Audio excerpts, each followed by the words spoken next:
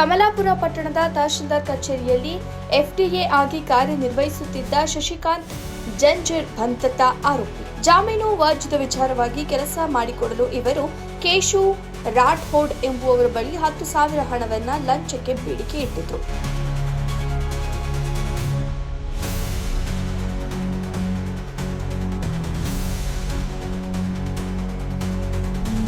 ಲಂಚ ನೀಡಲು ಇಚ್ಛಿಸಿದ ಕೇಶು ರಾಠೋಡ್ ಅವರು ಈ ಬಗ್ಗೆ ಲೋಕಾಯುಕ್ತ ಪೊಲೀಸರಿಗೆ ದೂರು ನೀಡಿದ್ರು. ದೂರಿನ ಅನ್ವಯ ಇಂದು ಕಚೇರಿಯಲ್ಲೇ ಕೇಶು ಅವರಿಂದ ಹಣ ಪಡೆಯುತ್ತಿದ್ದ ವೇಳೆ ಲೋಕಾಯುಕ್ತ ಅಧಿಕಾರಿಗಳು ದಾಳಿ ನಡೆಸಿ ಶಶಿಕಾಂತ್ ಅವರನ್ನ ರೆಡ್ ಹ್ಯಾಂಡ್ ಆಗಿ ಹಿಡಿದಿದ್ದಾರೆ. ಲೋಕಾಯುಕ್ತ ಇನ್ಸ್ಪೆಕ್ಟರ್ ಅರುಣ್ ಮುರುಗುಂಡಿ ಅವರ ನೇತೃತ್ವದಲ್ಲಿ ಈ ಯಶಸ್ವಿ ದಾಳಿ ನಡೆದಿದೆ. ಆರೋಪಿ ಶಶಿಕಾಂತ್ ಜಂಜೀರ್ ಅವರನ್ನ ವಶಕ್ಕೆ ಪಡೆದಿರುವ ಅಧಿಕಾರಿಗಳು ಲಂಚದ ಹಣವನ್ನ ಜಪ್ತಿ ಮಾಡಿ ಮುಂದಿನ ಕಾನೂನು ಕ್ರಮ ಕೈಗೊಂಡಿದ್ದಾರೆ. ವರದಿ ಫೈರೋಜ್ ಪಾಷಾ, ಬುಕ್ಕಾಪಟ್ಟಣ.